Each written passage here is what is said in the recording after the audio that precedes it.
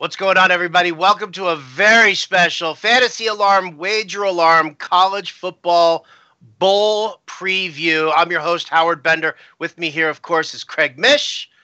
And it's time to get down and dirty, Craig. We got 40 games that we need to kind of roll through. And just before we jumped on air, you threw it out there and said, can we do 40 games in 40 minutes? I think we can. We'll try. I think that'll put us right in line to go catch the second half of the Army-Navy game. So, baby, let's do it. How good are you feeling about this slate? I can't wait, man. I mean, this is something that I love every year. We have there's 3 different days during the bowl season where you'll have 5 games apiece. That's the 15th, I think the 28th or 29th, and then, of course, on January the 1st. So 15 of the 40 games will be played in 3 days. And you really, if you're doing a bowl pool, you kind of get a feel for what you've picked. Usually by the time you get to Christmas, usually the 25th is usually kind of the time where you can figure that out a little bit. But, historically through the years, times have changed quite a bit with bowl games. For those of you who are watching this on demand or after we've recorded this, we're recording this on December the 8th. So keep in mind that between now and the time the bowls start on the 15th and even further, there are going to be a lot of players who are not going to play in this game. There will be some players, believe it or not, Howard, that will be ineligible to play in this game that we don't know by now. There will be players that will party the night before in some way that will be suspended from a bowl game. This happens every single year. We're just scratching the surface with this, and certainly we'll get to all of the issues, and there is one major issue coming up here in a few weeks with the West Virginia-Syracuse game, which we'll get to in a little bit, that arguably has shaken that game up more than any other game thus far. So we'll get to them all. We'll knock them all out. Remember, a lot of the games that we're going to do right now are strictly leans, meaning that some of these games, in fact, out of the 40, I think I only have about 5 or 6 picks that you can make right now that I feel confident in. Otherwise, it would be my opinion. When we do the live streams on Tuesday and Friday and Wager Alarm, we'll actually release some picks toward this, including next Friday for the Saturday bowl games. But again, with so much volatility and so much uncertainty with these players who now look around the league and say to themselves, why should I play in a bowl game when I'm about to make millions? It's just a fact. This is what happens. They sit out, and we have about 10 guys that are heading into the draft that are going to be in the first and second round that aren't playing in the bowl games. We got another one today. So we'll talk about those and see if they make a difference in the spread for you or for me, and then we'll have our opinions on it. We'll do that as expeditiously as we possibly can. As expeditiously as we can. Very interesting a debate, and you and I talked about this a little bit on Friday. Are we at that point right now? How important are the bowl games to the colleges and to the to advertisers and everything like that? That you just start making it public that you're paying your collegiate athletes. It's not, you treat it like the minor leagues. It's the minor leagues for the NFL anyway. You might as well treat it as such and let these guys make a few bucks. But that's a different story for another time, and that's probably going to be a hot button topic soon enough, especially with a lot of people sitting out. But all right. And by the way, especially with gambling being legal probably in 25 states in 2 years. You may want to compensate the players to avoid any kind of even thought process that there may be something behind it. It just has to happen in some way. It doesn't have to be a lot. It just something has to happen. So many people are making money off these kids. It's just, including the coaches, it's just insanity. And by the way, the coaches, who we'll talk about also in this live stream, who walk into these kids' living room, who know that they're not getting paid, and who shake their hand and say, I want your son to come play for me. I'm going to take care of him. And then this kid makes the decision to go to the school, and then the coach, Howard, leaves 6 months later. I mean, does it get any worse than that? It's time to take care of these kids. Come on. Anyway, so that's where we're at with that. All right, so let's start going. Let's go bowl by bowl. Let's do it chronologically. It'll probably make it a lot easier for our producer, Matt Sells. Thank you, Matt, to follow along, typing up the lines and the spreads for everybody to watch. And then it just kind of makes sense that way anyway. So kicking it off here, the New Mexico Bowl, 2 teams who we used quite a bit this year over on Wager Alarm with our picks, North Texas versus Utah State. Utah State's favored by 9.5 to 66. Right. Over under. Utah State has covered the most throughout this season. We've lived off of that. North Texas State, I feel like we live in the over with these guys on a regular basis? Give me your thoughts. Yeah, North Texas, they started off the season real well, and then they only covered one of their last 7 games. But we have an issue right off the top here as Utah State's coach Matt Wells, he left to go to Texas Tech. So he will not be a part of this game, and also he took his best coordinators with him. So there's a couple of different ways that you're going to have to decide to play this game. Narrative number 1 would be Utah State doesn't cover against North Texas because they don't have their full complement of coaches. Or narrative 2, players rally without their coach. In this situation, the only thing that I can tell you is watching Utah State. Now, I haven't watched North Texas all, but I probably watched 3 of their games. I've seen North Texas play about 5-6 times. Utah State, Howard, they get the ball and they hike the ball. They get the ball and they hike the ball. This isn't the kind of thing in college football where it seems like a team is playing up-tempo offense where they catch it and then they look at the defense and then they take a step back and they look at the coach and they change the play. That's not what happens with Utah State. So my lean in this one wouldn't necessarily be toward the Aggies, but I would lean toward the over 66 points. I do think that North Texas has enough offense. They've shown enough offense this season to put up a 20 or a 30, which could push this thing into the 80s. So no bet for me on this one, but I would lean toward the over a little bit early on where it sits at 66. I'm just not sure the motivation for Utah State after not winning the championship and having their coaches gone. I don't know that I want to lay that many points in this one, at least not yet. So I want to see that play out next week. But for right now, I would say take the over 66. Yeah, if it were a super young team, we might be thinking about that as far as them rallying. But no, I'm with you here.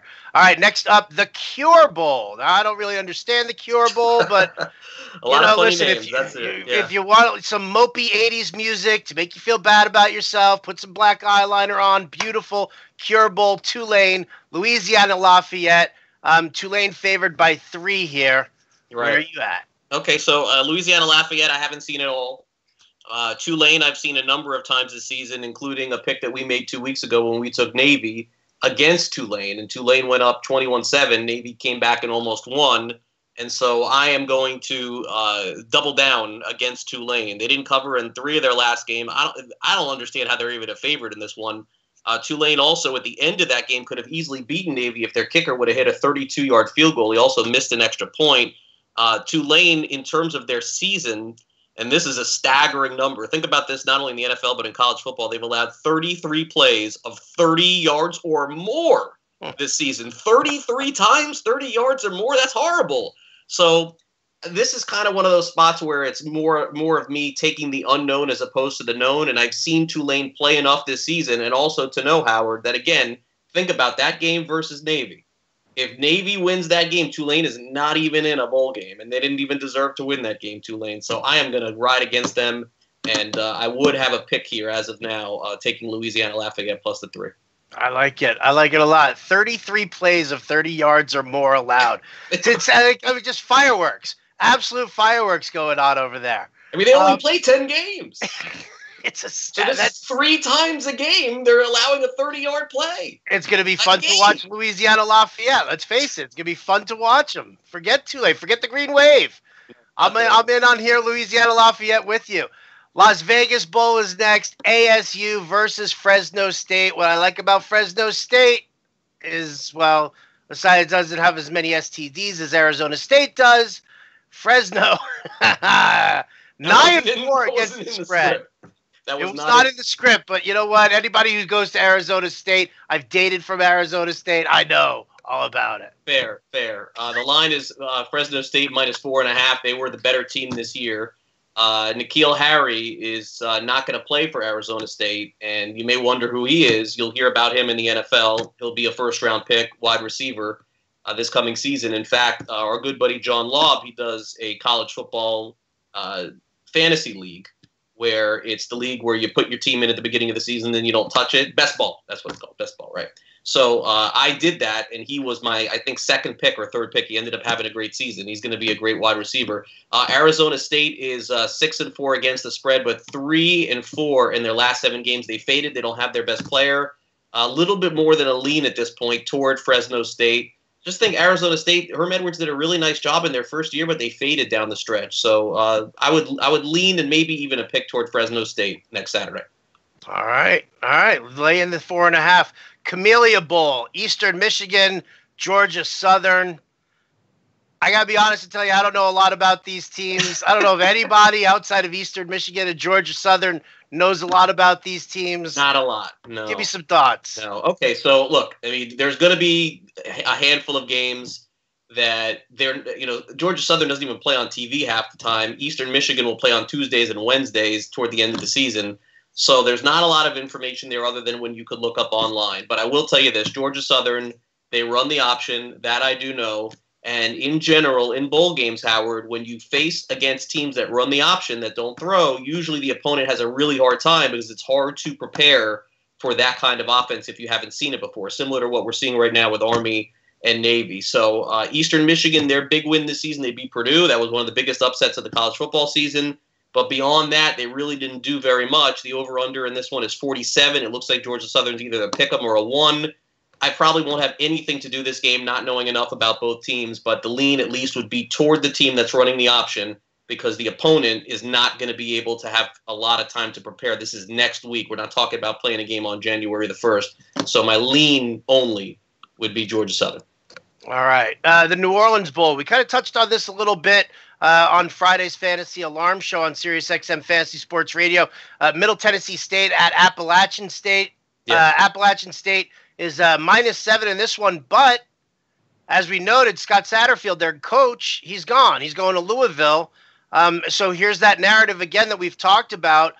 Does the team get up for, replacing the coach, or do they just fold up their tents and don't care? And usually they don't, especially when they're big favorites like this. So they could still win the game and not cover. Middle Tennessee State won their bowl last season. Appalachian State also averaged 36 points a game, but I'll use the coaching factor here in this one because Middle Tennessee State in general is pretty good offensively, and they're getting 7 points. I also think there may be a lean toward the over here. It looks a little low at 50.5 points. The game is in New Orleans. This is not a fan factor game where you're going to have tons of fans from either school. They're both kind of smaller schools, but there is some experience on the Middle Tennessee State side. So I tend to lean toward the +7 and take Middle Tennessee State. All right, so those games are all on the 15th of December. Now, moving on over to the 18th of December, we got another round of games here. Let's start off with Morty Seinfeld's favorite game, the Boca Raton Bowl. Love it. Right? Get your cabana wear on, call up Sissy Godinsky, see if she's going to make that gin punch that she's always so famous for. In any event, it's UAB, University of Alabama, Birmingham, versus Northern Illinois. UAB's favored by 2.5 points here. But Northern Illinois, they've kind of played that tougher schedule. Yeah, they've played the tougher schedule here, and UAB has not. They have played in what some people feel would be the weaker conference. Also, UAB did away with their football program and then only brought it back a couple of years ago. So this is a really nice story for them. They came back and won last week in their conference championship. So they're having kind of that magical type season, but I don't know that they deserve to be a favorite against the Northern Illinois team that's really good defensively. Northern Illinois, 4 or 5 years ago, they used to score a lot of points. They were the cream of the crop in the MAC. They've kind of fell back a little bit in terms of offense, but they do play really good defense, and I'm not sure that UAB has seen a defense like this all season long. So the total's 43.5, and I think that's a pretty good number. So my lean at this point would not be toward either side, because Northern Illinois, you don't know what they're going to get from the Huskies from one game to the next. They've been really unpredictable this year. So I would lean toward the under in this one, 43.5. I can get down with that. Let me ask you just a quick question before we just move on to the next game here. When you're talking about teams who just have never seen each other whatsoever, is there one way that you usually lean towards the other? Do you like taking the points when you know that these two teams are just so foreign to each other? I like to go with the younger team. The team that's hungrier, the team that what they say is they're freshmen, but let's be honest, Howard, they played a full season in college football. They're not really freshmen anymore. And so those players tend to be guys that are playing for their future. They're playing for a job next year on their team. And the guys who are seniors who are just playing this thing out, I think some people use the false narrative of these guys playing so hard because it's their last game, but I don't really see it that way. Okay, cool. Next bowl game up, the one that hurts my eyes every time you try to watch it on TV. Idaho Potato Bowl in Boise State on the blue turf. BYU. So they're an 11.5 point favorite right now over Western Michigan. And BYU's been favored fairly heavily throughout the season in a number of spots. They've also covered the spread in the last 4 straight games.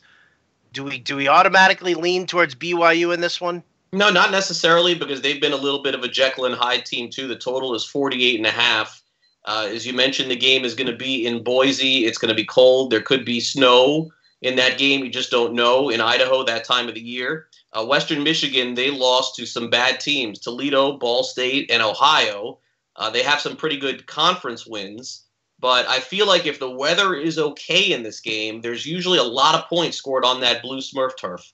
So my lean here would be 48.5. And by the way, Western Michigan did not play in a single game all season long where the total was under 49. So there's been 49 or more points scored in every single game they played this season, yet the total is 48.5 here. So, I mean, if the trend is your friend, then you go over 48.5. That's where we'll lean. What does that say to you, though? Like, I mean, that obviously jumps out at you like a turd in a punch bowl. It's like all of a sudden. You would think that this will just be exactly the way it's been, but there's no telling. And again, this is why the game is not going to be played for about 10 days. So you want to see what the weather is, because if it's a nightmare, it's raining and snowing, then obviously we would take over that in that case. All right. On the 19th of December, welcome to the Frisco Bowl. Ohio's a -3 favorite over San Diego State. Got an over-under of 54 here. I just can't get past Frisco Bowl here, so just talk to me. This is pretty easy. This is pretty easy because you want to go against teams at the end of the season that aren't playing well and aren't playing with any confidence. It's just like riding the hot hand with anything. And San Diego State lost their last 3 games. Ohio's won. They've scored 49 points in 5 of their last 6. And Ohio's is -3-point favorite. So San Diego State historically is a running team. Ohio's had a really good season in the MAC. And I could never side with a team that's lost 3 straight games. I mean, I suppose in the locker room what they're telling each other is, hey, we can fix everything if we just win this game and we can forget about our last 3 games. They should be playing in a much better bowl game, but the Aztecs really blew it at the end of or the Bulldogs really blew it at the end of the season. So I'm going to take Ohio, and it is a pick, -3. All right, right on. On the 20th of December, the Gasparilla Bowl. Now, this is an interesting one. It's Marshall versus South Florida. Okay, but it's being played in Tampa, so right. Not even remotely a neutral site here for Marshall. Does that kind of tilt you? I mean, it's a 2.5 spread. It's not a big, it's not a big spread there. Do you just kind of tilt it towards a home team? You would think so, and I see a lot of people saying that, but Marshall's won 6 straight bowl games. So, wow, like how do you go against that? Their quarterback for South Florida, Blake Barnett, he's iffy for the game. USF also lost 5 games in a row to end the season. So the home field advantage does negate some of the great things that Marshall has done. So at this point, Howard is just too tough a game to call, so I'm going to pass on this one for the time being. And maybe some more information will come in before this game. But in general with the Bulls, if a team is at home, I love that play in the early part of the season because this is a vacation for Marshall and it's a business trip for South Florida. Right. Playing in and sleeping in their own bed, but USF's lost 5 games in a row, man. Like, I mean, how do you all of a sudden just say, yeah, take the points? Marshall's been a really good bowl team, so for now, I'm going to pass that one. All right, well, get your steel drums out, get your margaritas, get your pina coladas, and your Mai Tais ready, Craig. We're going to the Bahamas Bowl next. Florida International versus the powerhouse of Toledo. You got Toledo's favored by 6 points here. It's a 68 over-under. I don't know. Does anybody really want to play in the Bahamas Bowl, or do we just want to sit and lounge? I know that's what these teams do. The first 2 years they played this game in the Bahamas, it was wild. There was like some like wacky endings too. I think maybe 2 were the first 3 years, and then last year was a blowout. But you're right; these teams are going to leave, the country. They're going to go to the Caribbean. They're going to have a really good time. So who's going to want this one more? I don't know, but the wackiness of this tells me there's a lot of points. Toledo can score in bunches, 48, 50 points. I mean, 3 of the last 5 games that Toledo's played, and they've scored 45 or more themselves. The total is only 68. So that would mean that FIU, who's got a pretty good offense, would only need to basically put up 4 touchdowns. It's not a lot in a game like this. FIU played very well this season. They lost to Florida Atlantic, which was really the end of their chance to win the conference. But Butch Davis is usually a very well-prepared coach. I think he will be well-prepared against Toledo in this one. And I just think there's going to be a lot of points. So I see the Rockets and Golden Panthers going over the 68. That's a lean for me at this point. It's a sentence you don't hear too often. The Rockets and the Golden Panthers going on the over there. I like that. All right. December 21st, creeping up towards those final dates. We got the Birmingham Bowl. You got Wake Forest against Memphis. Memphis, 4.5-point favorite in this one. The over-under 73, so it's obviously not too defensive here. But there's an issue going on here, and there's a potential rumor, hasn't been confirmed yet, though, that Mike Norvell, coach of Memphis, is going to K-State. Again, there's the narrative here. That would be a huge factor because, again, this game is the 22nd of December, and Howard, that's 14 days away. So you talk about a distraction. This is a pretty big one. If he ends up leaving, is he going to leave like the day before the bowl game or 2 days before the bowl game? I don't know. Soul crushing. Memphis has lost 3 straight bowl games, so you have that going against them. Wake Forest has not been a great team this season, but they did beat 2 good teams in North Carolina State and Duke. I would lean toward taking the points at this point, plus 4.5. And who knows? Remember this. Look, I don't know a lot about Mike Norvell, but Kansas State's Bill Snyder is going to be at the College Football Hall of Fame if he's not already. He's been one of the best coaches of all time. But will he take coordinators with him? Like, will recruits be leaving all of a sudden and go with him to Kansas State? It's not something that you want to touch right now, especially if you want to be on the side of Memphis, who can score points in bunches. But they're coming off a devastating loss in the conference championship game. I don't know what their confidence is going to be playing in the silly Birmingham Bowl. So I would lean toward Wake Forest in this one. All right. On the 22nd here, Armed Forces Bowl. Now, here's a kind of an interesting one. So it's Houston versus Army. Army, who's playing the Army-Navy game, which is going on as we speak right now. You would think that the Army-Navy game is really their Super Bowl, the big game for them at the end of the year. So how up does Army get for a game here against Houston? But then on the other hand, you've got Houston, who they're without their quarterback, and they're missing 4 defensive starters right now. So yeah, that's huge. That's huge. Where do you lean here? Army? Yeah, this may be the first pick that I would say to make right now. Houston is just demolished right now, and in general, Howard, there's no way that Army would ever be 3-point favorites over Houston. That's unthinkable. But there just isn't a team going into this, maybe outside of Utah, who we'll talk about here in a few minutes. But Houston is a mess. Their best player, who's going to be a top 5 pick in the draft, Ed Oliver, he hasn't played most of the season anyway. He pulled a Clowney and played a couple of games and then just quit for the rest of the season. So Clayton Tune, who I've never heard of, he's a freshman quarterback starting for Houston. And in terms of the military academies, they get up for all of these games that they play in. So there's really not a worry of that, and all of their finals and everything they don't have to worry about. So I will say that I think Army is the right side here. And I would say to take Army minus the 3. It would not shock me to see them blow out Houston. If Army beats up on Navy today, does this line move? It may, and also the other thing why I may just wait till after the game, though, is because you don't want – there could be an injury or something that we don't know about in this game. There's not going to be anybody leaving Army to go to the NFL, and I'm not making fun of Army. But that's just, that's just the reality of the situation. But I look, the line is telling you the world will take Houston and say, how do you make Army a 3-point favorite in a bowl game? But I think you do. I think it's the right side, and Houston is a mess. So they don't have their quarterback and 4 defensive starters. And they have to face against the option and a team in Army who's playing now on the 8th and is going to be really fine-tuned for that game. I can't see any other side here but Army in this one. Beautiful. The Dollar General Bowl here, upstate New York's finest. Buffalo, a 2.5-point favorite over Troy. Come on, man. I was trying to say that with a straight face. Yeah, this is one of those, again, where where someone can tell you they've watched Buffalo all year or they've watched Troy all year. That guy is not me. I haven't seen these two teams play a lot. I've seen Buffalo a number of times because, again, they're playing those Tuesday, Wednesday MAC games. When the World Series ends, they start playing there. Troy, in their last 7 bowl games, have gone over every single time. So are we going to fight that or are we going to go with it? Let's go with it for now. We'll lean over 53.5 and leave it at that. I got nothing else. I got nothing else on this game. That's it. I love it, dude. I'm in. All right. I'm not going to pretend that I've watched Troy all year long. I haven't. There are going to be a handful of games here where it's going to be a hunch. That's one of them. There's literally, I'm sure there are less than 3,000 people who have watched Troy all year long. Or less than 3,000 people that are going to go to this game, by the way. Yeah, right. Oh, poor guys. Come on. Dollar General Bowl?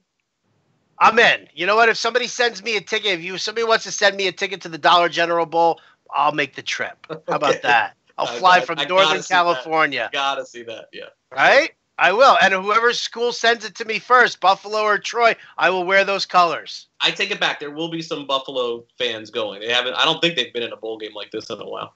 I don't know. All right, Hawaii Bowl. Let's talk about that. Louisiana Tech versus Hawaii. Okay, so perfect spot, right? Hawaii's at home. They won the Hawaii Bowl 2 years ago when they weren't the better team. And for a team like Louisiana Tech, what is this, Howard? Is this a game where they're all geared up, or is it, oh my gosh, we're going to Hawaii? How awesome is this? Yeah. And the coach has to talk to his players all week long. Guys, I got to take it seriously. I know we're going to Hawaii, but it's think about it. The NFL sends their players, or in the past they sent them to the Pro Bowl in Hawaii. Here's Louisiana Tech. Do they really give two bleeps about this game? I don't think so. Look, I'll lean toward Hawaii playing at home. The problem is with them, the Rainbows are 9-23 against the spread when they play against teams with a winning record. Oh no, so that's not a good sign here either. I don't have a strong opinion here, but my lean is just to take the team that is playing to win as opposed to the team that's going out there for a vacation. So the line says Hawaii in this one because Louisiana Tech is the better team. Coach, I want to learn how to surf. Do they really care about winning this game? They're going to Hawaii for a week, right? It's like free trip to Hawaii. I love it. Absolutely. And the coach, what they usually say? The coach, well, we're gonna get there 2 days before instead of a week, so they can focus. It's like players what? We played this whole year to go to Hawaii. You're gonna send me out 48 hours before? They start putting the cabana wear back in the closet. Stupid coach. Is there a better spot to play a bowl game than there? Florida's great in January. Don't get me wrong, but this is the best spot. Yeah, 100%. The Bahamas. I'll take the Bahamas any day. And by the way, usually they would play the Hawaii game, the Hawaii Bowl, on Christmas Eve. It would be the only game going on because they would start the game at 6 p.m. The game would get good ratings on TV. It's only 1 o'clock, of course, in Hawaii. But there are no games the 23rd, no games the 24th, and no games the 25th, which is really interesting. No bowl games those 3 days. So we'll take a break, go halfway through, and then we get back to the day after the holiday, Christmas. Probably the best day of the year, 12/26. Absolutely. The worst bowl of the year too.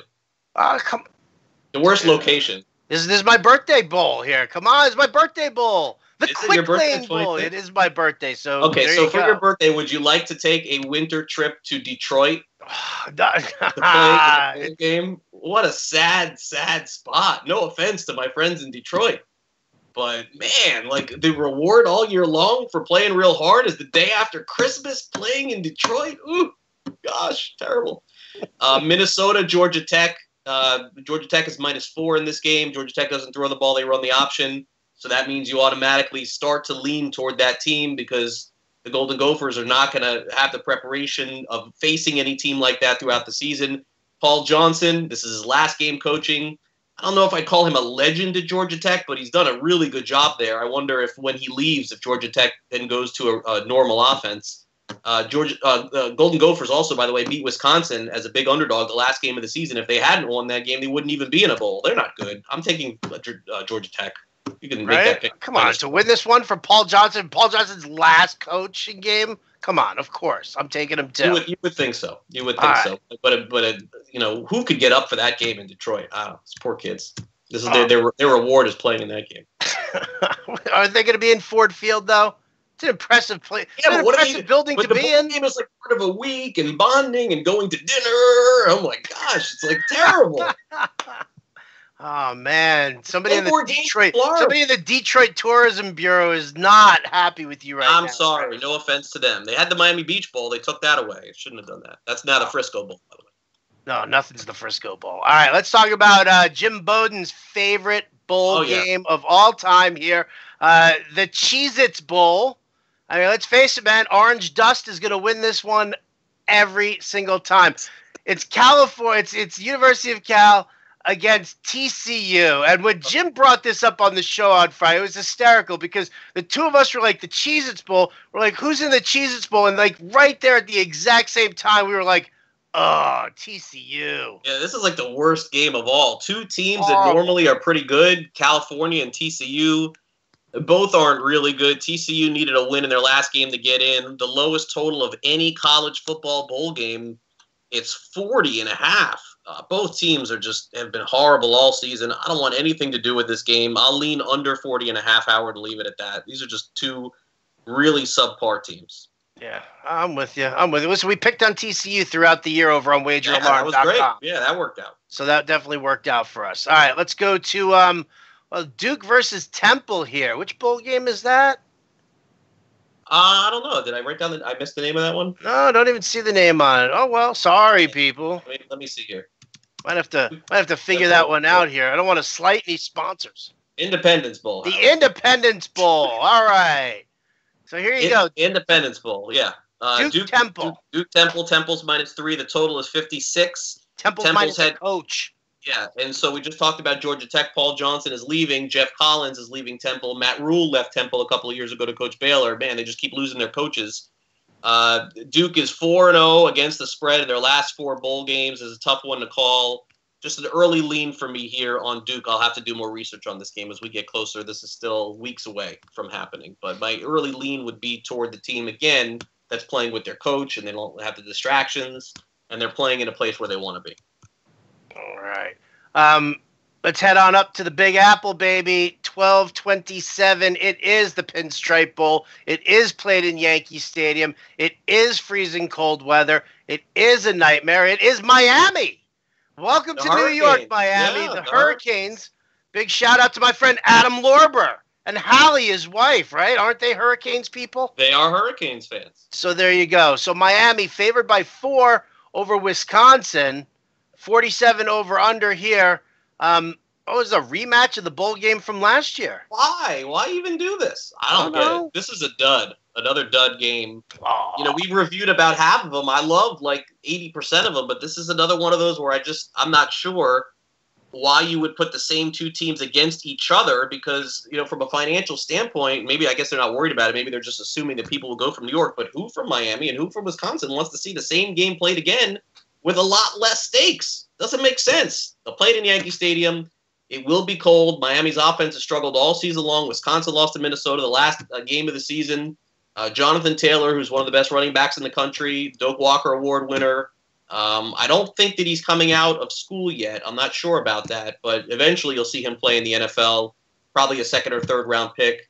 That gives them a little bit of an advantage, I think, in this game to cover the spread, but I'm not prepared to make that call. I would lean under 47 points. Miami's offense has been dreadful all season long. Their quarterback play has been poor, and so has Wisconsin. So as provided there's not a lot of turnovers in this one, and you can pretty much bank on the weather being like 30 degrees in New York in an open-air stadium, I can't see the motivation for either of these. This is a disappointing bowl game for both these two teams. They both wanted to be somewhere else. Instead, they're playing this game in New York.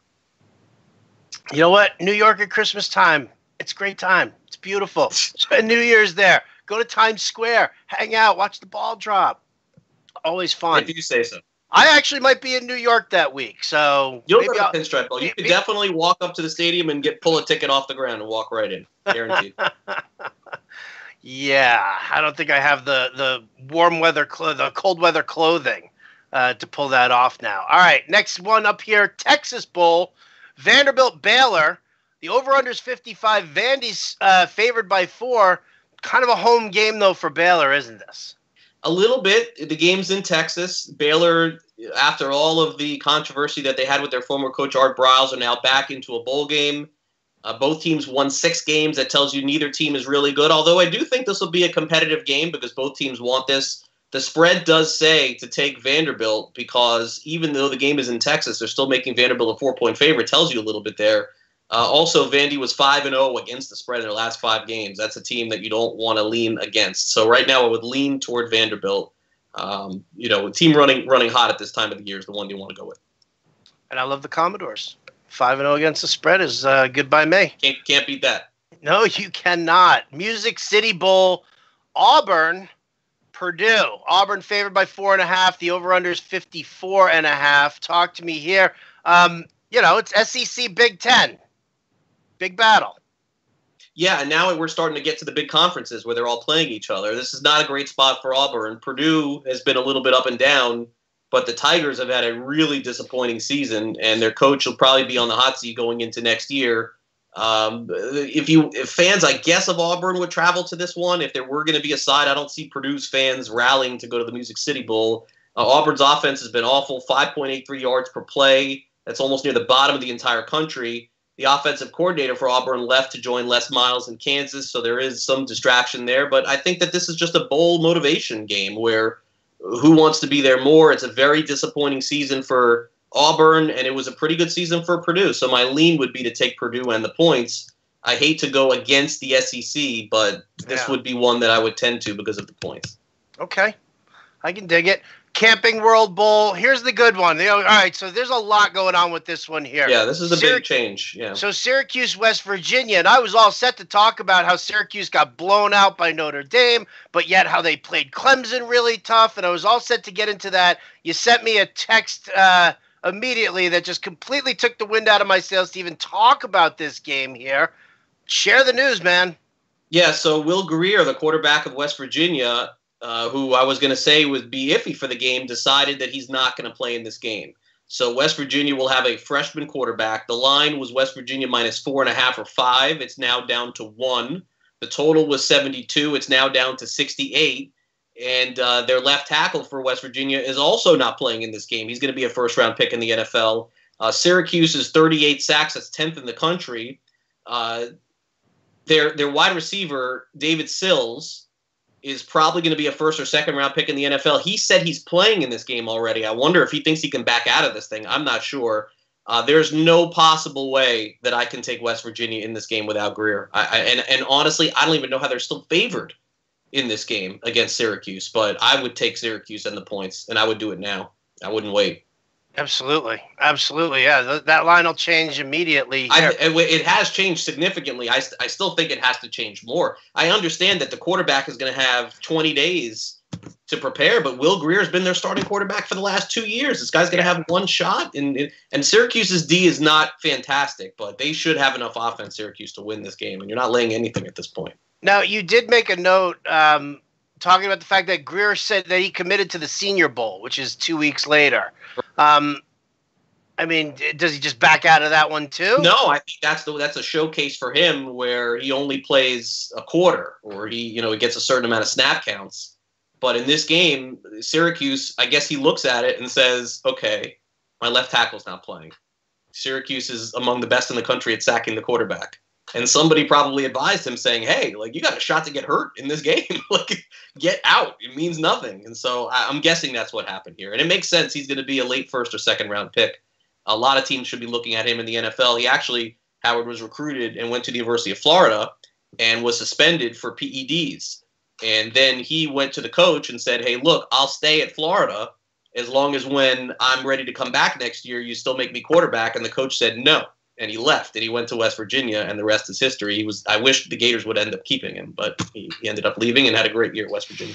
Well, he would have screwed the Gators over in their bowl game then in the end. Thanks. Also. Thanks. So, wait, do you have a bowl game?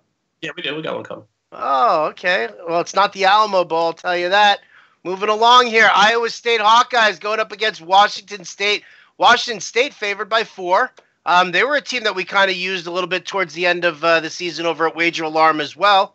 54.5 over under. Talk to me here, your thoughts on this one, because, I mean, after all, Washington State over the last, few weeks, last couple of games, not very promising. And I'm just going to pass on this game right now, Howard, because Washington State's been a tough game to call. David Montgomery is one of the best running backs in college. I mean, if Washington State stops him, I think that there's a chance that they can cover this line, but I just don't have a strong opinion, so I'm going to pass on this game. All right, we can do that. We can definitely do that. Maybe we'll revisit it later on one of the streams. The Arizona Bowl, Arkansas State, Nevada. Arkansas State -1. It's practically a pick 'em here. Nevada with whatchamacallit, better strength of schedule for them. They've definitely played some tougher opponents. The over-under here, 60. Talk to me. Yeah, I would lean Arkansas State. They're 8-0 against non-bowl teams and 0-4 against bowl teams. But they have been to 8 straight bowl games, so there's some experience there. Nevada has the better strength of schedule. I haven't seen a lot of either team, to be honest, this season. I mean, I don't watch a lot of Arkansas State football. Just a lean at this point toward Arkansas State. And as we get closer to the game, like a lot of these games, I'll have a much better feel for it. As I'm focused, a lot of the games that we discussed already are more the ones that I'm focused on. But certainly, if you had to make a pick in a pool, I would say to take Arkansas State. Well, if there's a later game that I know that you're more in tune with, it's the Peach Bowl, my friend. Florida Gators. Go ahead. I'll give it to you. And I don't have, you know what, in this one, I don't really have a strong opinion on either because I think there could be some players from both teams leaving. So I'm going to also pass on this one for the time being, although Harbaugh's really struggled in bowl games. There isn't a lot of motivation for Florida. They've already had a good season, better than what some people expected. And for Michigan, they're coming off that loss to Ohio State. I think Harbaugh really wants it. But the line is, I don't like a laying 7.5 in this spot.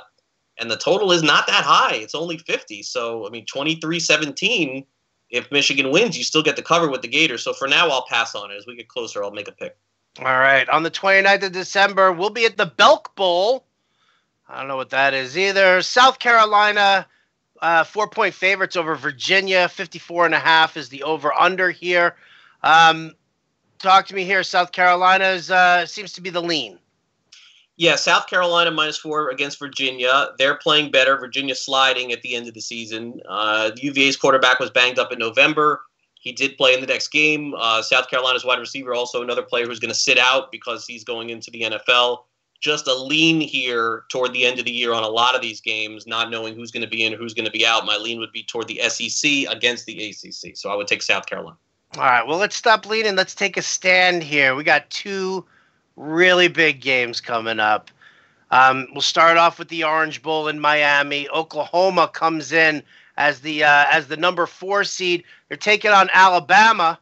Bama's a 14-point favorite. The over-under is 80. Neither one of these teams plays defense, Craig. Neither one of I think it was Alabama plays defense. It's just that they're up so big that the stats get inflated because when you're up 42-7 and then just the team's just throwing the rest of the game. But make no mistake about it, Alabama, they'll play defense. Okay, all right. Well, but the total is 80 because Oklahoma plays no defense. They're last in the country. Oklahoma plays no defense. Oklahoma's also scoring just over 49 points a game on the year. But can they do that against Alabama? I don't know the answer to that. I'm not sure. Tua Tagovailoa probably plays in this game. Marquise Brown, the Sooners' top wide receiver, first-round pick in the NFL. Not sure of what his status is. Oklahoma, they won the Big 12 title against Texas, so they avenged that loss that they had early on in the season. Some people feel Georgia is better than Oklahoma, and Georgia should be playing in this game. The total is the highest one on the board at 80. I would lean toward taking Alabama minus the points here. I don't think that I will take Alabama in the championship if they play Clemson. Likely, I will take the dog. But I do think that once Oklahoma gets stopped on a couple of possessions, it's going to be trouble because they haven't stopped anyone. Although Kyler Murray now has to make the big decision of playing in the NFL or playing Major League Baseball, which is really interesting. I thought it was a foregone conclusion to be playing for the A's or in the A's minor leagues next year. Now he's making some innuendo as though he'd like to do both, and that's not going to happen. So this could be the last game we see him in. He could even win the Heisman tonight. But either way, we'll take Alabama minus 14. You're pretty confident in that one, man. You didn't even flinch on it. You didn't hem. You didn't haw. I would not take Oklahoma in that game. Never at all, huh? I would not. No, they'll be playing from behind probably for the whole game. No, I don't think they stack up. Now let me ask you: had Georgia ended up eking out that victory over Alabama? Mm-hmm. Yeah. Then Georgia would have gone as the number 4 seed, or no? Would Notre Dame have been moved down to the number 4 seed? Clemson would be 1. Alabama. Notre Dame would be 2. Georgia would be 3. Alabama would be 4. Really? Yeah. Kabam! All right. Clemson would have played Alabama in the first round. You can't put Georgia behind Alabama after they beat Alabama. No, I hear you. All right, let's do it. Let's Clemson, Notre Dame. Clemson's an 11.5-point favorite right now over the Irish. 55 is the over-under here. I got to tell you, it was one of the things I noted on Clemson. I got forwarded a big shout-out to Mark Taylor from FantasyAlarm.com, pointing me towards Pro Football Focus College's top 10 true freshmen. And out of the top 10 true freshmen, 3 from Clemson, 1 from Bama. I don't think there was anybody from Notre Dame here who we who we were looking at. Young team, strong team. This, I kind of feel like, we talk about whether or not players are going to sit out or anything like that. I kind of feel like this is like on the verge of something bigger for Clemson. I think they want that something bigger too. I think so. I do think that Clemson wins this game. I don't know that they cover. I love Clemson. I picked them to win the championship at the beginning of the season on our live stream. Pitt's coach, it's interesting that they interviewed him, the Pitt Panthers. He played against both. He's the only one that played both against Clemson and Notre Dame and said there's no comparison, that Clemson is the better team. I'm not so sure that Notre Dame can't make this a game. When Notre Dame has played in some of these big games, the athleticism of the other teams have shown up and they've looked weak, but I do think that they have that this year, and I've watched them play a lot. So I'm not going to pick a side yet in this game. My lean would be the under 55 points. Whoa. Okay. Nice. I wasn't prepared for that, Craig. I'm going to say go Tigers. All right. I gotta. You know what? Adam Humphries is a Clemson guy. Had him on the Fantasy Alarm show. I got to support him. My boy Skinny McKinney, big Clemson guy. So I'm going to go with him on that one. Now, on the 31st, New Year's Eve, it's the Military Bowl, my friend. Virginia Tech Hokies going up against Cincinnati. Cincinnati's favored by 5.5 here. 53.5 over under. Yeah.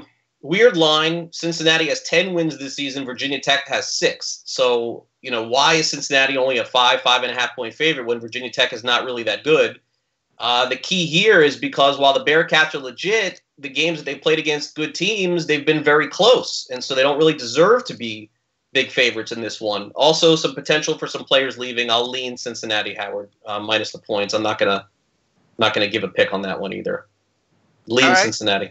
No problem. I mean, I'll give a pick on all these when we get closer, but for now, yeah, of course. Listen, it does. Well, it just doesn't make sense with the line movement and everything like that you have to sit and again, it does make sense on a team like Army, which I like a lot. But no, I can't do it yet on that one.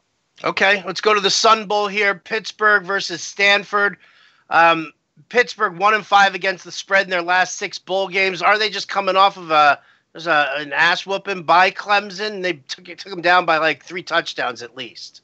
Yeah, Pitt is 1-5 in their last 6 bowl games. We assume that Stanford's running back Bryce Love, who will be a running back in the NFL, will play. That's a big. You need him to play in this one for Stanford to be 6.5 point favorite. So let's assume that for the moment. But this game isn't going to be played for almost a month. I think under 52 points is interesting here. Pitt scored 3 points in their last game against Miami 2 weeks ago, and then 10 points last week against Clemson, a total of 13. So assuming that they put up even 2 touchdowns, that's only like a 17 or 20 point. That means that Stanford has to go above 30, which they don't normally do. So I'll go under 52 points in this game. All right. I'll make that pick now.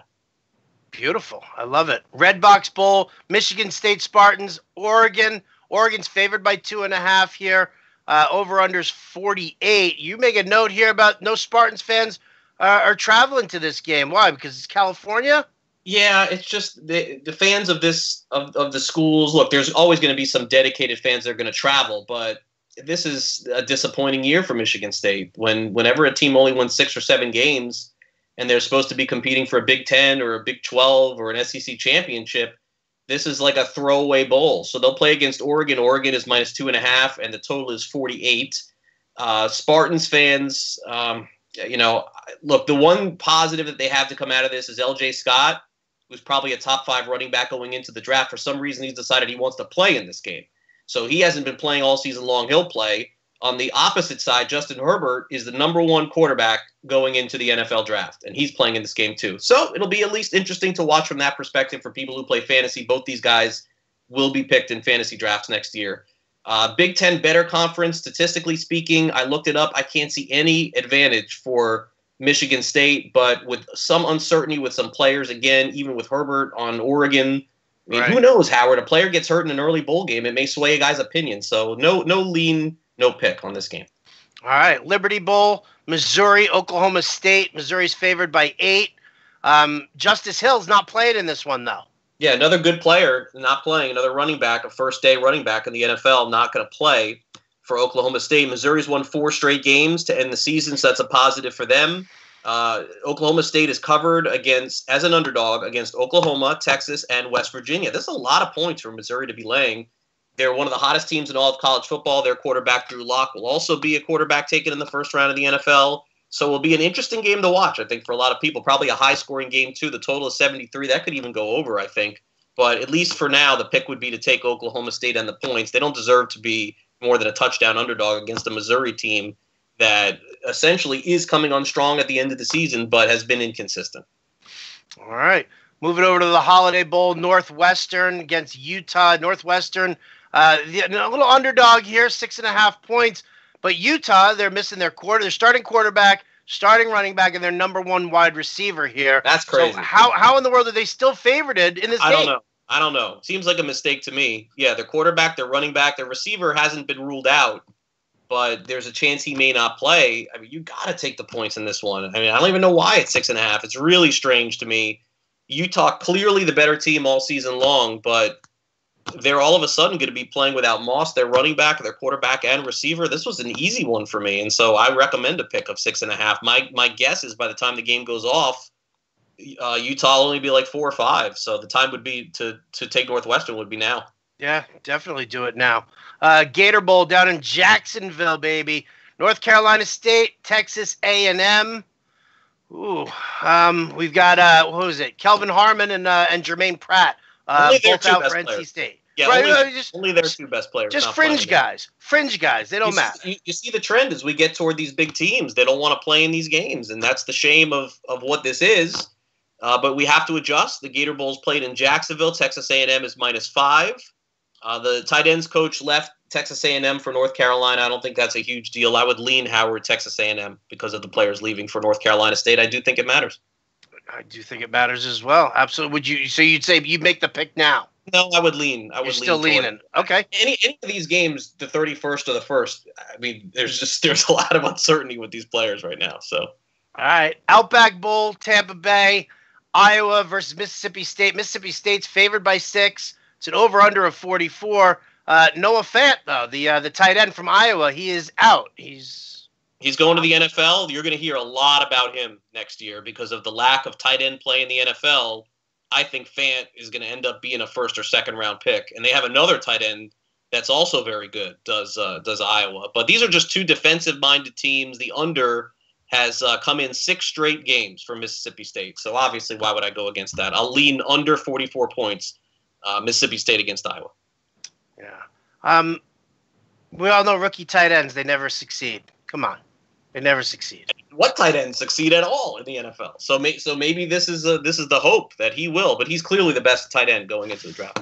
I gotcha. All right, that was the Outback Bowl. Where are we up to? Citrus Bowl here, down in your neck of the woods, Orlando. Kentucky, Penn State. Now, you were pretty impressed with the way Kentucky was playing early on in the season here. I don't want to say it fizzled out, but I mean, it lost the momentum that it had going on here.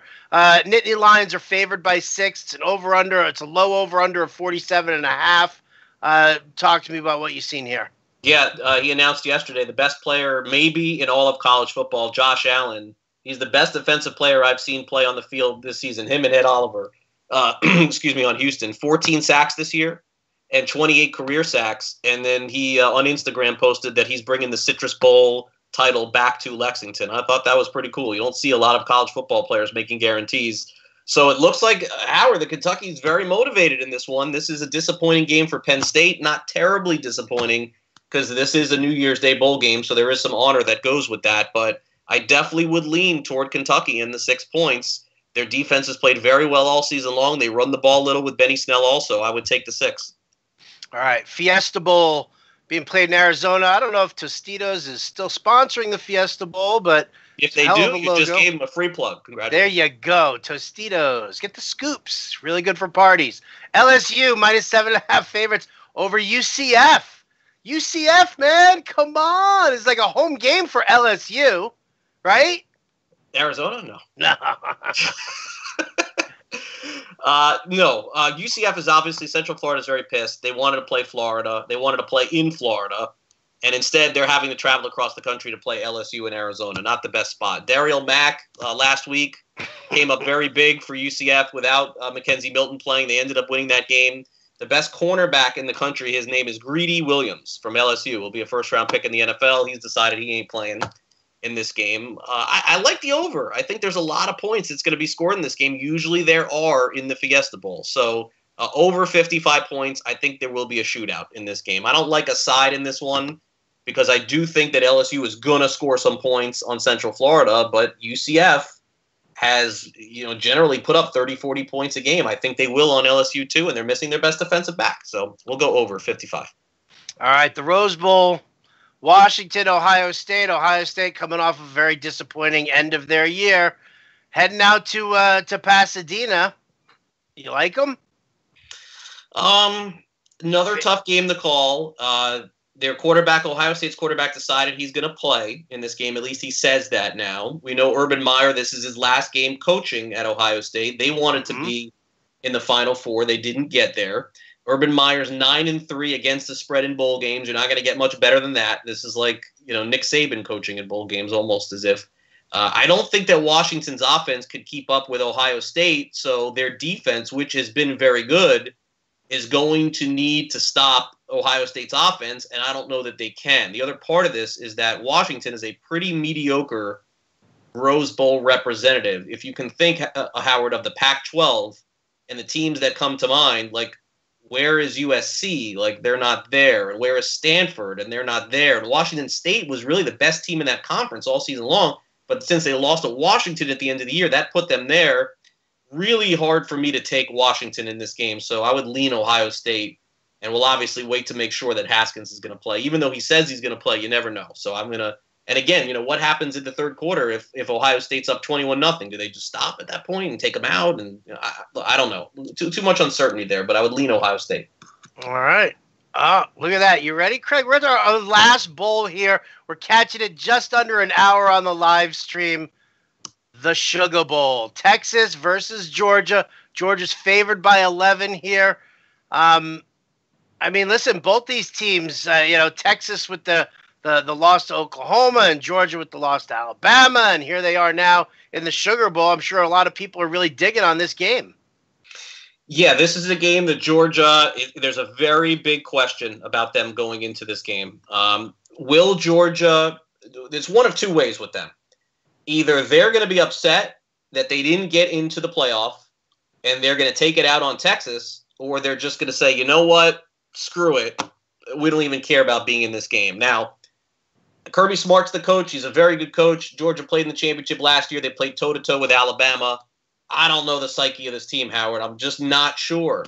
I don't love Texas, but they are getting 11 points, and as an underdog, their head coach, Tom Herman's fantastic. So my lean at this point would be toward Texas. On the field, statistically, these two teams do not compare.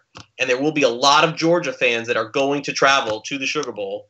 But I don't know. I don't know what Georgia's going to do. Are they going to show up or are they not? And I can't answer that. I also don't know, since this game is so far out, who from Georgia won't be playing in this game. So at least initially, my lean will be Texas plus 11.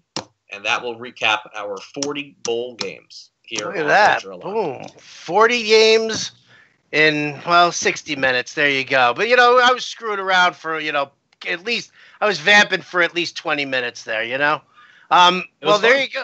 It was fun. Listen, I think that this is going to be great because what's going to happen again, for those of you who might not have caught that, because these games are spread out as far as they are, every Tuesday and Friday when Craig and I do the Wager Alarm live stream together, we're going to be hitting these games a lot closer to their play dates, only because we're going to know the situations with the players, with the coaches, if the lines have changed, and really where you want to lay some action down. But I think we got you guys pretty well started here, especially for the games that are going to start up on the 15th, which, again, once we're closer to it, we'll be hitting those again.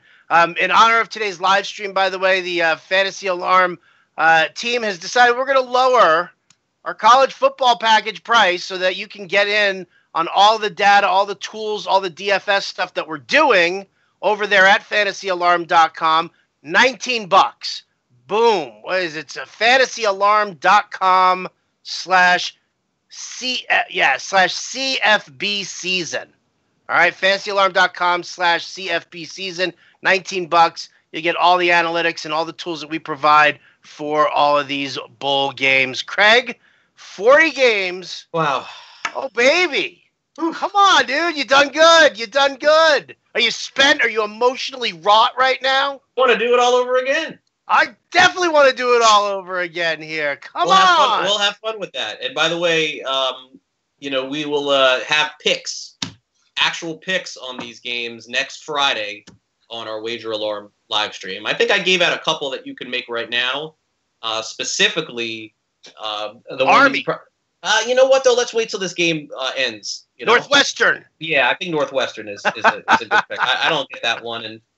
And the other part of that too is we wait is that like if you want to be optimistic a little bit and you don't think that Haskins is going to play for Ohio State and you don't trust that, you could take Washington and get 6 points right now. If Haskins doesn't play, Washington will be favored in that game or it'll be even.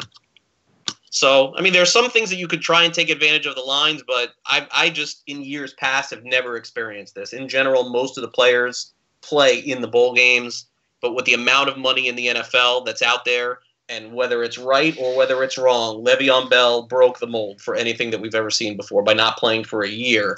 And these kids look up to players like Le'Veon Bell in this day and age of social media, and they say, well, if he can do it and he's willing to bet on himself and he's willing to throw away $10 million, then I'm willing to bet on myself too. And you may say, well, bet on yourself. That means you should play in the bowl game. Well, there's just too much money, too much guaranteed money out there to pass it up. And so with the kids not getting paid in college, how can you really blame them? I'm sure the coaches are upset that they don't get to feature their kids. But truth be told, as long as these kids, Howard, are playing in the playoff from those 4 games, that's the most important thing. If we start seeing kids back out from that, then we have a major problem. Yeah, I got you. Beautiful. All right. That's going to do it for us here. Fantasy Alarm, Wager Alarm. It's the live stream. Thanks for tuning in for us here on the College Football Preview. For Craig Mish, I'm Howard Bender. Big thanks to Matt Sells, our producer, and we'll catch you next time.